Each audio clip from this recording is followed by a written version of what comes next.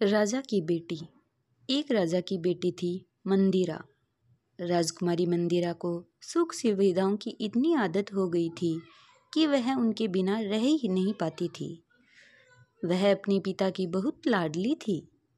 जब वह बड़ी हुई तो उसके पिता उसके लिए एक अच्छा वर ढूंढने लगे। एक दिन एक युवक राजा के पास आया। उसने राजकुमारी का हाथ राजा से मांगा। राजा ने बहुत देर तक उस युवक से बात की। उसके बाद वह उस युवक से राजकुमारी का विवाह करने के लिए तैयार हो गए।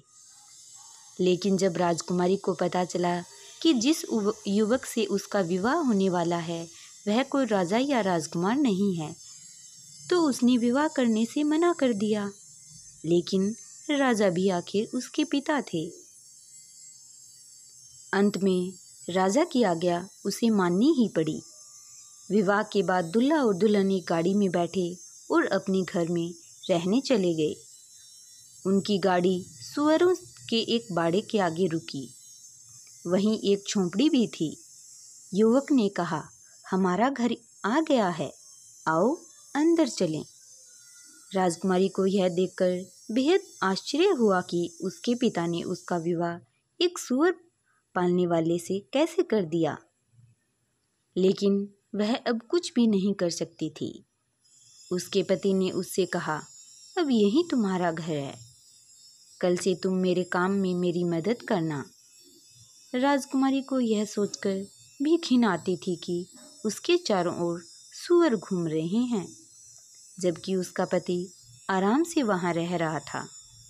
धीरे धीरे राजकुमारी को सुअरों के बीच रहने की आदत पड़ने लगी। वह अपने पति की मदद भी करने लगी। कुछ महीने बीत गए। अब तक राजकुमारी घर का सारा काम अपने आप करना सीख गई थी, बल्कि उसे यह सब करने में मजा आने लगा था। एक दिन अचानक उसका पति उससे बिना कुछ कहे कहीं चला गया था।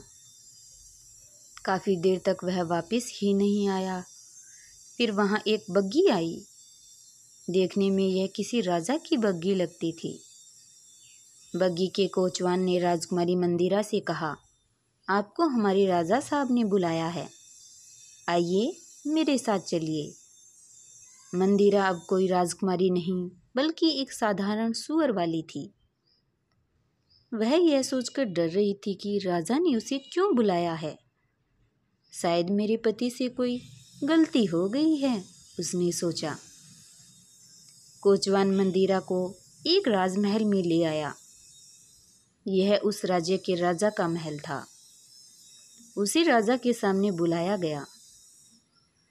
उसे समझ नहीं आ रहा था कि उससे क्या भूल हो गई है। उसने हिम्मत करके राजा की ओर देखा। वह पूछने ही वाली थी कि उसे यहाँ क्यों बुलाया गया है।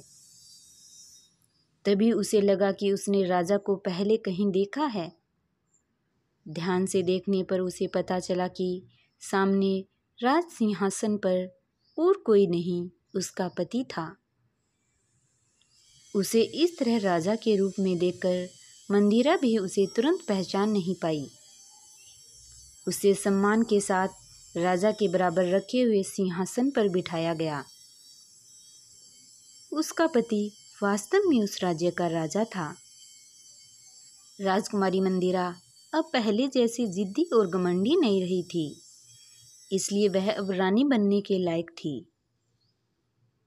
अब वह समझ गई थी कि कोई काम छोटा या गंदा नहीं होता।